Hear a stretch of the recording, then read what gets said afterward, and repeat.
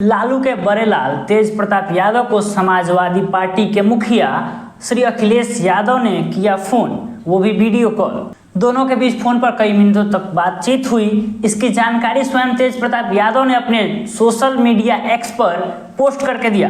तेज प्रताप यादव ने एक्स पर लिखा, आज मेरे परिवार के सबसे प्यारे सदस्यों में से एक यूपी के पूर्व मुख्यमंत्री माननीय श्री अखिलेश यादव जी से वीडियो कॉल पर लंबी वार्ता हुई।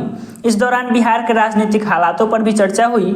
अखिलेश जी हमेशा से ही मेरे दिल के काफ़ी करीब रहे हैं और आज जब मेरा हालचाल लेने के लिए उनका अचानक से कॉल आया तो ऐसा लगा जैसे मैं अपने इस लड़ाई में अकेला नहीं हूँ।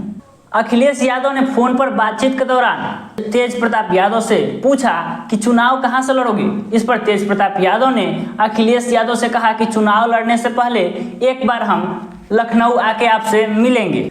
फिर अखिलेश यादव ने तेज प्रताप यादव से पूछा कि कब आ रहे हो लखनऊ। इस पर तेज प्रताप यादव ने कहा कि जल्द ही आ रहे हैं, हम आएंगे तो आने से 2-3 दिन पहले आपको बता देंगे।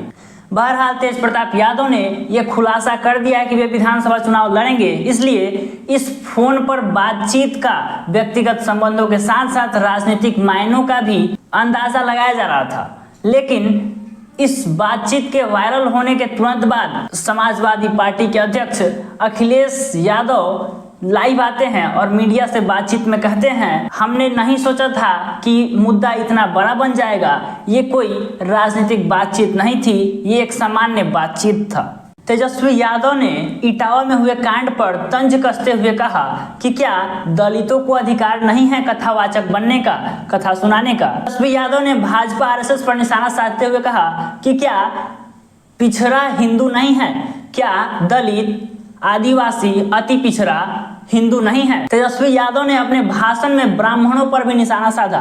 तेजस्वी यादव ने कहा कि क्या कथा कहने का अधिकार सिर्फ एक ही जाति को है। आपको बता दें कि यूपी के इटावा में मुकुटमणि यादव नाम के एक यादव कथावाचक का सिर मुंडवा दिया गया था।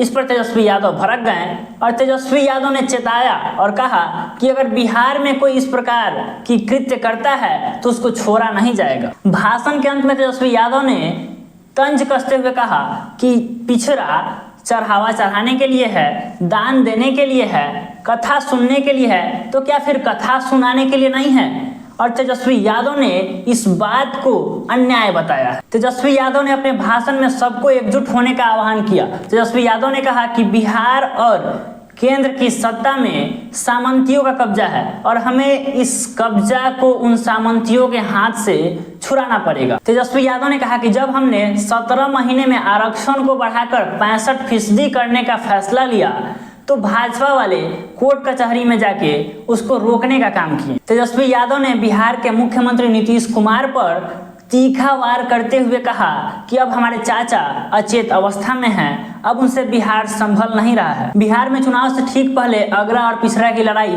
शुरू हो गई है। आपको बता दें कि आरजेडी की नेता और प्रवक्ता सारिका पासवान ने यूट्यूब चैनल पर दिए एक इंटरव्यू में रणवीर सेना के संस्थापक ब्रह्मेश्वर मुखिया के खिलाफ मुर्दाबाद के नारे लगाए। तो इस पर भूमिहार नेता आशुतोष ने लगातार सोशल मीडिया के माध्यम से सारिका पासवान पर हमला बोला है। सारिका पासवान का आरोप है कि आशुतोष ने उनके खिलाफ आपत्तिजनक भाषा का प्रयोग किया है, जिसके लिए उन्होंने पटना के SC/ST थाने में आशुतोष के खिलाफ FIR दर्ज कराया। सारिका ने मीडिया से बातचीत के दौरान बताया कि उन्हें फोन पर जान से मारने की और रेप की धमकी दी जा रही है। आपको बता दें कि सारिका पासवान ने ब्रह्मेश्वर मुखिया के खिलाफ टिप्पणी करते हुए कहा था कि ब्रह्मेश्वर मुखिया ने कई हत्या को अंजाम दिया है, मैं ब्रह्मेश्वर मुखिया मुर्दाबाद के नारे लगाऊंगी, मुझमें यह हिम्मत है। सारिका पासवान के इस नारे के बाद सोशल मीडिया पर खूब पोस्ट होने लगे। इसी क्रम में राष्ट्रीय जनजन पार्टी के राष्ट्रीय अध्यक्ष आशुतोष कुमार ने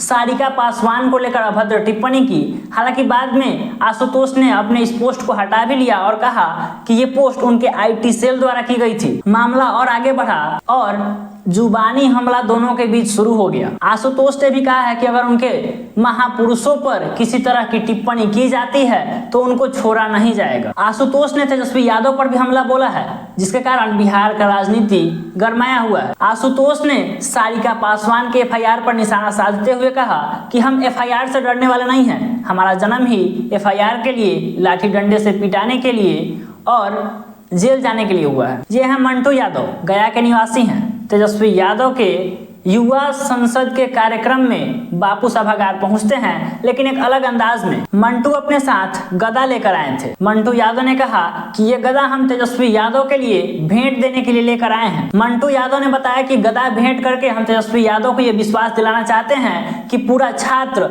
आपके साथ है। जिस तरह से तेजस्वी यादव ने 17 महीने में रोजगार दिया है, इसको लेकर पूरा युवा छात्र तेजस्वी के साथ नजर आ रहे हैं, ऐसा मंटू यादव का कहना है। मंटू यादव ने पूरे जोश के साथ तेजस्वी यादव के लिए कहा कि इस बार पूरा छात्र तेजस्वी यादव के साथ है। इस बार तेजस्वी यादव को अकेले सरकार बनाना चाहिए। मीडिया के एक सवाल पर कि छात्र के हाथ में कलम होना चाहिए, आपके हाथ में गदा क्यों है, इस पर मंटू यादव ने कहा कि गदा एकता का प्रतीक है। हम इससे यह दिखाना चाहते हैं कि जिस तरह भगवान हनुमान भगवान राम के लिए समर्पित थे, उसी तरह से तेजस्वी यादव के लिए हम लोग समर्पित हैं। ये तस्वीर देखिए, ये तस्वीर समस्तीपुर के रोसड़ा विधानसभा के मोतीपुर गांव का है।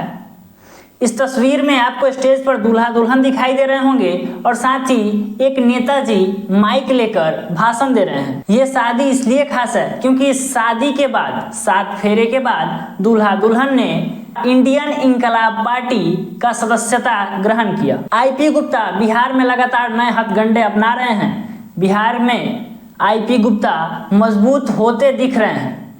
बिहार के लोग भी आईपी गुप्ता के साथ जुड़ रहे हैं, जिसका जीता जागता उदाहरण ये शादी है, जिसकी खूब चर्चा हो रही है। जन पार्टी के अध्यक्ष आशुतोष कुमार ने आरजेडी पर हमला करते हुए कहा है कि हर बार चुनाव से पहले आरजेडी अगरा पिछड़ा का खेल खेलती है। आशुतोष ने राजद पर आरोप लगाते हुए कहा कि यदि आप बिहार के पिछड़ों, अति पिछड़ों और दलितों के उत्पीड़न के एफआईआर का रिकॉर्ड निकालेंगे तो उसमें 90% मामलों में आरजेडी के कार्यकर्ताओं का नाम सामने आएगा। आशुतोष कुमार ने एक घटना का जिक्र करते हुए ये आरजेडी पर यह आरोप लगाया कि जब दलित बस्ती में घुसकर महिलाओं के साथ कुछ लोग बदसलूकी कर रहे थे तो उस समय आरजेडी का दलित प्रेम कहाँ था, उस समय किसी ने कुछ क्यों नहीं बोला। आशुतोष ने इसके लिए आरोप लगाया कि उस घटना में आरजेडी के कार्यकर्ता ही शामिल थे, इसलिए इस घटना पर किसी ने कुछ नहीं बोला था। आरा के कोइलवर में जनसुराज के सूत्रधार प्रशांत किशोर ने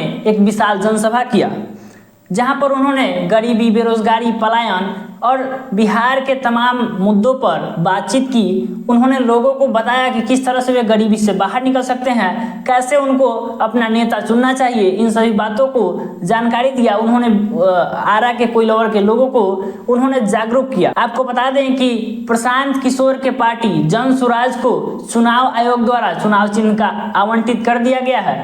जनसुराज को स्कूल का बस्ता चुनाव चिन्ह के रूप में दिया गया है, जिस चिन्ह से 243 विधानसभा से प्रशांत किशोर की पार्टी जनसुराज चुनाव युवा संसद कार्यक्रम के दौरान बिहार के नेता प्रतिपक्ष और पूर्व मुख्यमंत्री तेजस्वी यादव बाल बचे। आपको बता दें कि जब तेजस्वी यादव छात्र युवा कार्यक्रम से वापस लौटने लगे तब छात्रों का एक बड़ा हुजूम फोटो खिंचाने के लिए आ गया, जिसके कारण गेट पर दबाव पड़ा और शीशे का गेट टूटकर बिखर गया। बता दें कि कांच के इस गेट के टूटने से आरजेडी के एक कार्यकर्ता बुरी तरह से जख्मी हो गए। आरजेडी कार्यकर्ता का सिर फट गया और खून बहने लगा। आनन फानन में उन्हें अस्पताल भेजा गया। ये घटना बापू सभागार की है, जहां तेजस्वी यादव युवा छात्र संसद के लिए पहुंचे थे। कांग्रेस के अध्यक्ष मल्लिकार्जुन खड़गे के बयान पर बिहार में सियासत तेज हो गई है। मल्लिकार्जुन खड़गे ने एक प्रेस कॉन्फ्रेंस में कहा कि नरेंद्र मोदी बिहार और छोटे मोटे राष्ट्रों में जाकर उनकी समस्याएं सुनेंगे और चुनाव प्रचार करेंगे, लेकिन गलती से कहें या यूं कहें कि राजनीतिक गलियारों में खड़गे को बदनाम करने के लिए बिहार के कुछ नेताओं ने खड़गे के इस बयान को तोड़ मरोड़ कर जनता के समक्ष प्रस्तुत किया। बिहार के उप मुख्यमंत्री सम्राट चौधरी ने अब एक्स पर लिखा, कांग्रेस और कांग्रेस के राष्ट्रीय अध्यक्ष मल्लिकार्जुन खड़गे का अहंकार है कि वो बिहार को छोटा मोटा राज्य बता रहे हैं। सम्राट चौधरी ने यह भी लिखा कि खड़गे का यह बयान चाणक्य, कर्पूरी ठाकुर और जेपी की धरती का अपमान है। बिहार छोटा नहीं बल्कि आपकी सोच छोटी है। बीजेपी के प्रवक्ता ने भी कांग्रेस के इस बयान पर निशाना साधा है। बीजेपी प्रवक्ता प्रभाकर मिश्रा ने कहा है कि खड़गे ने बिहार को छोटा मोटा राज्य कहकर बिहार और बिहारियों का अपमान किया है। प्रभाकर मिश्रा ने खड़गे को चेताते हुए कहा कि ध्यान रखिएगा, जनता इसका बदला आपसे विधानसभा चुनाव में लेगी। खड़गे के इस बयान पर आरजेडी और तेजस्वी की चुप्पी को लेकर भी बीजेपी के प्रवक्ता प्रभाकर मिश्रा ने निशाना साधते हुए कहा कि ध्यान रखिएगा, आरजेडी भी कहीं की नहीं रहेगी, जनता तैयार बैठी है। जेडीयू के प्रवक्ता अभिषेक झा ने भी कांग्रेस और मल्लिकार्जुन खड़गे पर खूब बोला।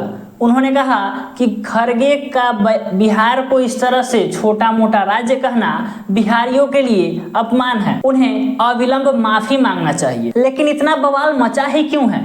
ऐसा मैं इसलिए कह रहा हूं कि जब खड़गे ने बिहार को छोटा मोटा राज्य बोला ही नहीं तो फिर ये बवाल क्यों मच गया। जब आप खड़गे के इस बयान को ध्यान से सुनिएगा तो उन्होंने बिहार को छोटा मोटा राज्य नहीं कहा है। उन्होंने कहा है मोदी जी अब बिहार और छोटे मोटे राष्ट्रों में जाएंगे, वहां की समस्या सुनेंगे और चुनाव प्रचार करेंगे।